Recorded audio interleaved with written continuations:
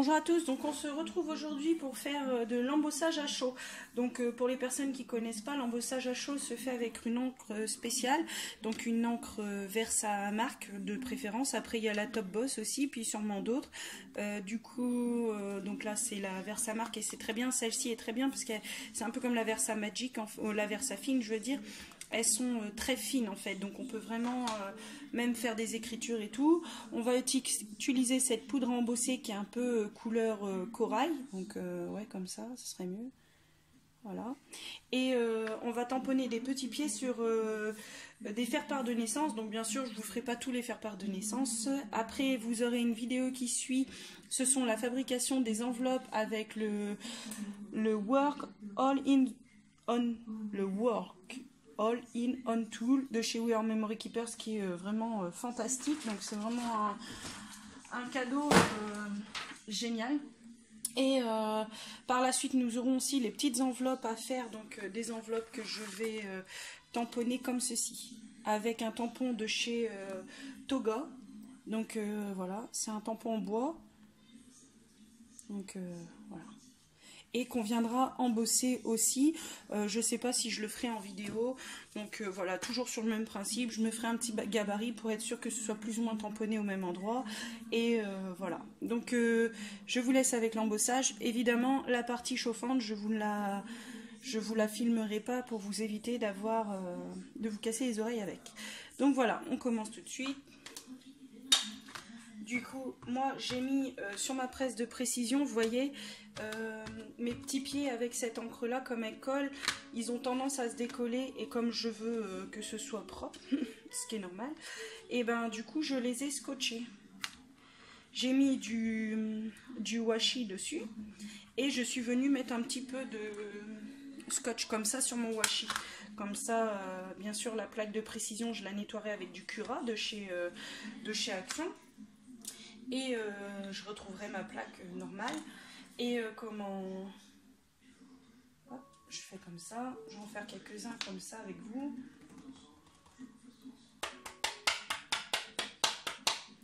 Voilà. Hop. Et ce que je vous disais, c'est que je vais en faire... je vais la récupérer comme ça, mais au moins je serai sûre que plus ou moins les petits pieds ne vont pas se décoller. Parce que c'est vrai que c'est embêtant sinon... surtout si vous avez déjà tamponné une première fois. Donc là, ça va me gêner. Voilà. Donc la plaque de précision, elle est bien. Elle est vraiment juste bien, quoi. Vraiment, c'est pas... elle dépanne bien. Donc voilà. Si vraiment vous voulez, je pense que d'ici quelques temps, j'investirai quand même dans une plaque de précision de qualité. Celle que je voudrais vraiment, ça serait la Stamparatus. Alors c'est vrai que celle-là, elle serait vraiment bien. Parce que vous pouvez enlever ici, vous pouvez faire des tamponnages à la chaîne, mettre vos bandes régulièrement et autres, enfin les retourner, les positionner d'une manière et autre. Vraiment, ça c'est idéal.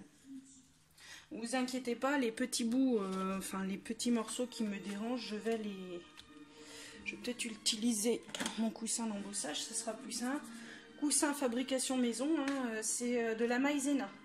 Donc j'ai pris un morceau de collant, donc j'ai acheté des bas tout simples à pas cher. J'ai acheté des collants, des bas tout simples à pas cher. J'ai mis un peu de... donc là il est presque vide, mais j'ai mis un peu de maïzena à l'intérieur et je l'ai enroulé dans un morceau de feutrine. J'aurais pu faire ça mieux, mais je voulais faire ça le plus vite possible, histoire de pouvoir utiliser mon pistolet chauffant que ma petite soeur m'avait offert. Et qui du coup, quand vous venez de recevoir votre pistolet, vous avez envie de voir vraiment cet effet magique que procure l'embossage à chaud. Donc voilà. Et il faut juste penser à l'utiliser. C'est juste ça le problème. Parce qu'on a tendance à... ouais.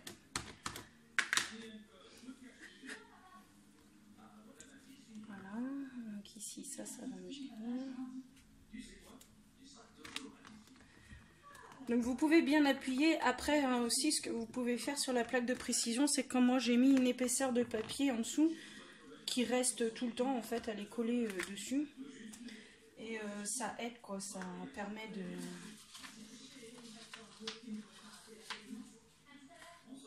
Je vais faire autrement. Mon système.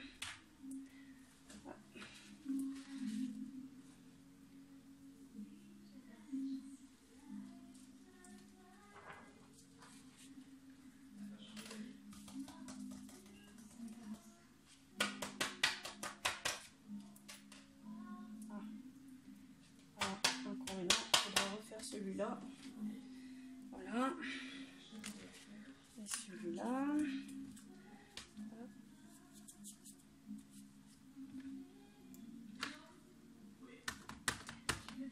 donc vous voyez c'est assez rapide. Donc là je vous en ai fait quelques-uns, je vais pas faire les 50 avec vous bien sûr, et vous avez compris le principe, c'est vraiment vous mettez votre Versafine dessus. Seul inconvénient c'est cette encre, ce pad encreur là, vous ne l'avez pas partout quoi. Donc du coup c'est juste ça l'inconvénient parce que bon après il faut avoir les poudres à embosser. Une astuce aussi, si vous n'avez pas beaucoup de poudre à embosser, vous pouvez quand même l'acheter. Parce qu'à partir du moment où vous avez ça et une poudre, une encre de couleur chez vous, vous pouvez très bien faire ça. Vous pouvez tamponner avec une encre de couleur lambda. Et venir poser la poudre, enfin après mettre cette encre là, bien sûr si vous avez des oxydes par exemple, la poudre n'accrochera pas dessus. Mais si vous avez une encre type clear comme ça, alors là c'est l'idéal. Là vraiment vous faites toutes les couleurs que vous voulez et franchement vous êtes tranquille. Donc voilà, donc je finis et je vous montre, enfin je finis, je mets à chaud et je vous montre le résultat. Donc voilà, je vous montre le résultat. Donc celui-là, c'est très bien. Il a bien été imprégné. Et celui-là, vous voyez, il manque un petit peu. Et ben c'est pas grave. Étant donné que j'ai fait une butée et que je vais pouvoir remettre un peu ma poudre. Et je vais le retamponner. Ça va donner une épaisseur supplémentaire au pied, mais au moins les endroits qui n'ont pas été tamponnés, enfin pas été mis en poudre, et ben ils vont prendre... Après, plus vous allez le faire et plus vous aurez de l'épaisseur. Donc faites attention quand même aussi, parce que si c'est pas votre but d'avoir beaucoup d'épaisseur. Voilà, moi j'ai juste enlevé un petit poil. Et là, je vais venir mettre dans de la poudre là où déjà où il n'y en avait pas. Et on va enlever ces deux-là. Espérer. Donc, n'hésitez pas à mettre de la poudre. De toute façon, vous récupérez les superflus, donc c'est pas perdu. Et heureusement, vous me direz, parce que voilà. Donc du coup, ici, j'ai un petit défaut.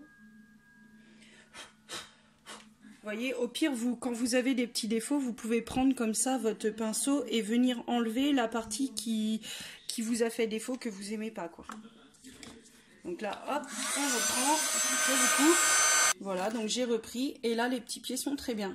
Voilà, ils sont un peu plus épais, mais ils sont très bien. Donc voilà. Donc je continue, je finis mes 50 et je reviens vers vous après pour les enveloppes.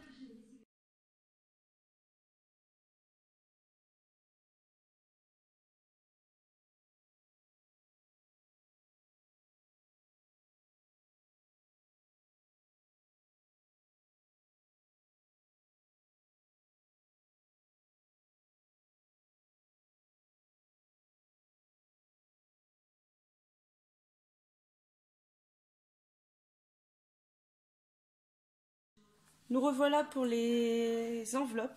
Donc on va tamponner les enveloppes avec de la Versafine aujourd'hui et de la poudre à embosser transparente Easy Ink. Donc celle-là c'est la vernis. donc elle va donner un aspect verni.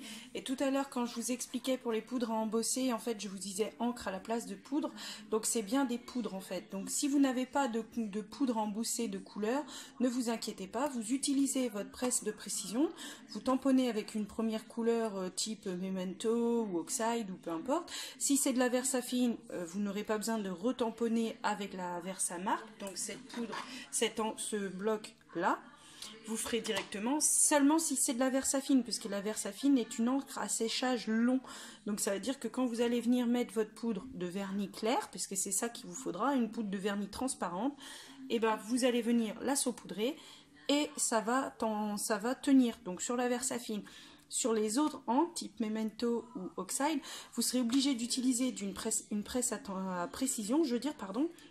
Et en fait, vous viendrez tamponner d'abord la couleur, faire ce que vous avez à faire en couleur, nettoyer votre tampon, sans le bouger, bien sûr, et venir retamponner du coup sur le même motif que vous avez fait avec la Top Boss et saupoudrer de cette couleur là, et ça fonctionnera très bien. Ça fera même ressortir cet aspect verni de la couleur en fait, donc ça va faire ressortir la couleur un petit peu quoi. Donc peut-être que prochainement on en aura besoin, donc je vous montrerai. Là nous allons tamponner à la Versafine directement, donc une encre à séchage long.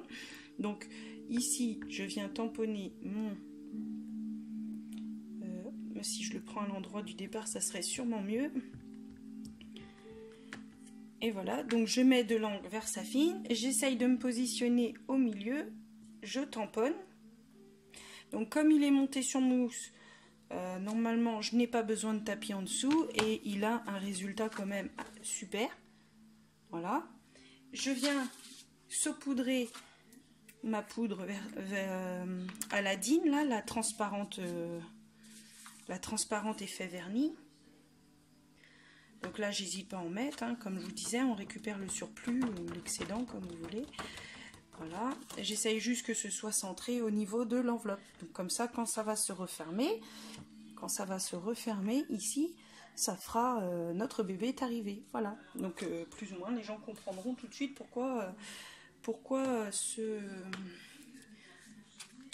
ce courrier. Voilà, je cherche mes mots encore. Donc on va en faire quelques-uns ensemble. Donc vous voyez, je les prends. Donc celle-là, je l'avais déjà pliée, c'était pour voir si le faire-part passait dedans. Donc je viens prendre ma Versafine, voilà. J'essaye de me placer au milieu, donc là vous voyez. J'attends un petit peu, je fais toujours ça, hein. Ne me demandez pas pourquoi, je sais pas, j'ai l'impression, je sais pas. Je fais ça régulièrement, voilà. Je le pose ici. Je suis sur le côté là, vous ne me voyez pas, mais je suis sur le côté puisque je ne vais pas les faire une par une, bien sûr, je vais en chauffer plusieurs à la suite. Voilà, donc finalement ça aura pris moins de temps que je pensais pour les faire. Donc le colleur de perles c'est très bien, par contre sur le papier elles ont tendance à se décoller. Donc je viens de mettre sur tous les faire-part. Donc je vous le montrerai mais en photo parce que du coup je veux pas que la petite princesse soit visible, mais du coup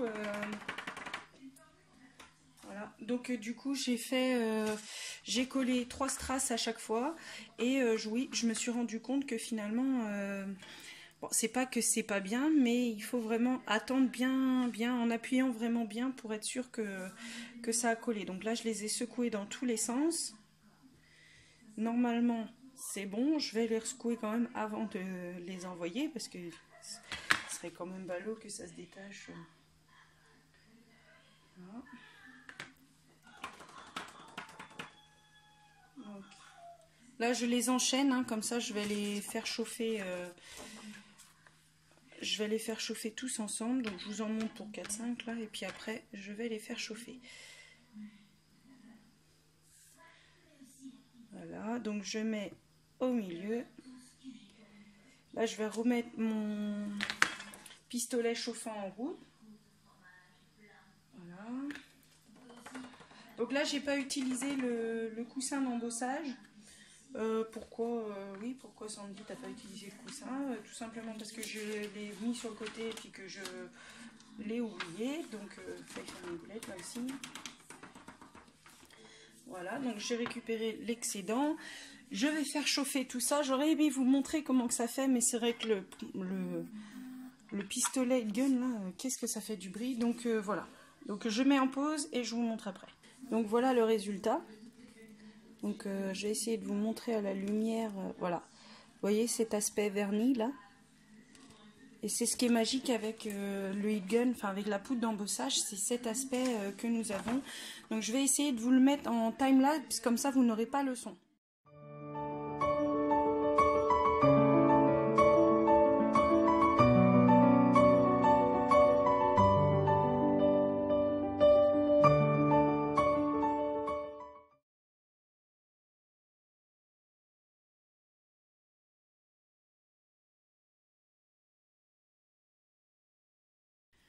Donc nous voilà, donc on va assembler les enveloppes. Maintenant, je vais vous montrer comment je les assemble. Donc je vous avais filmé en time-lapse pour faire les encoches et les arrondis, qui d'ailleurs celui-là n'est pas très arrondi. Et en fait, je me suis rendu compte qu'en time-lapse, ça fait pas terrible. Donc du coup, je les ai pas mis. Donc vous voyez, donc j'ai utilisé les outils. Donc celui-là, c'est pour faire les enveloppes. Et du coup, d'un côté, vous arrondissez les angles. Donc c'est pas très gros comme arrondi, et de l'autre côté vous faites les encoches. Donc c'est bien indiqué ici. Vous voyez, vous avez votre pli que vous avez fait avec votre marqueur sur la plaque de traçage, quoi. Vous venez positionner ce petit bitonio là sur votre pli et vous punchez. Donc voilà. Donc du coup là on va assembler quelques enveloppes ensemble. Donc là moi je me mets, donc comme dirait couleur papier, le bourrelet c'est à l'intérieur. Donc du coup, je retourne mon papier. Je viens le plier ici au plioir. Voilà. Je fais ça de tous les côtés. Donc forcément, la partie qui a été embossée, enfin tamponnée et embossée, là, forcément, c'est celle qui va au-dessus. Donc du coup, je viens de ce côté-là, je mets un tout petit peu de... Donc je vais utiliser du 3 mm en scotch double face. Donc moi je prends le rouge, hein, vous le trouvez à la Forfouille, sinon sur la boutique d'Horizon Créatif, enfin je suppose que d'autres boutiques le font. Hein. Et du coup j'en mets un tout petit peu ici, un petit peu ici, comme ça je m'arrête à ce moment-là et hop, du coup mon enveloppe sera faite. Donc je fais ça maintenant. Donc, il faut juste que je trouve le bout. Donc, t'es parti où, toi? T'es là. Donc, ici, forcément, j'ai pas pris de cutter, j'ai pas pris de ciseaux. Donc, je vous mets en pause et je reviens tout de suite. Donc, voilà, parce que je suis revenue parce que ce scotch-là ne se coupe... décidément, il est encore parti. Voilà, ce scotch-là ne se coupe pas au doigt. Donc, du coup... Voilà. Je viens bien jusqu'en haut, puisque de toute façon, ce sera caché par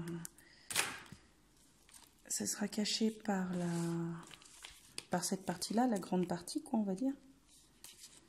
Et je fais attention de surtout pas en mettre sur le côté, parce que sinon, quand on va mettre les faire-part de naissance dedans, eh ben, ça va poser un petit souci.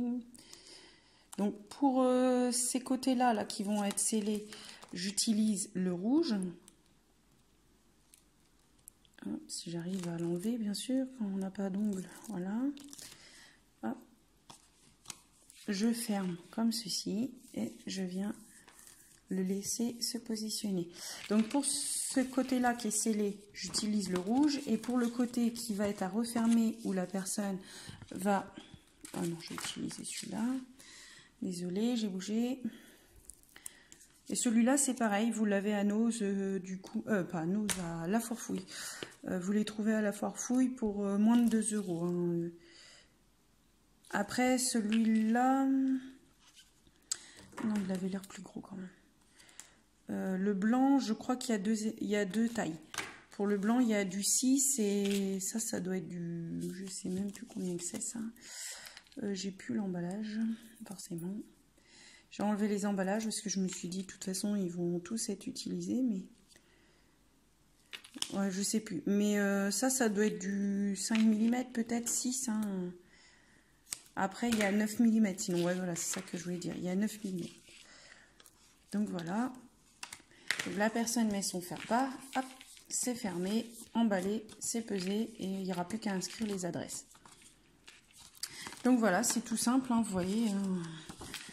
Donc je vous laisse maintenant et puis j'espère que cette vidéo aura pu éclaircir certaines et puis du coup je suis désolée de ne pas avoir pu vous mettre l'embossage parce que du coup ouais ça m'embête un peu, mais en timelapse en fait vous aurez rien vu du tout quoi, donc vraiment c'est passé trop vite. Donc je vous laisse et puis je vous dis à bientôt pour de nouvelles vidéos.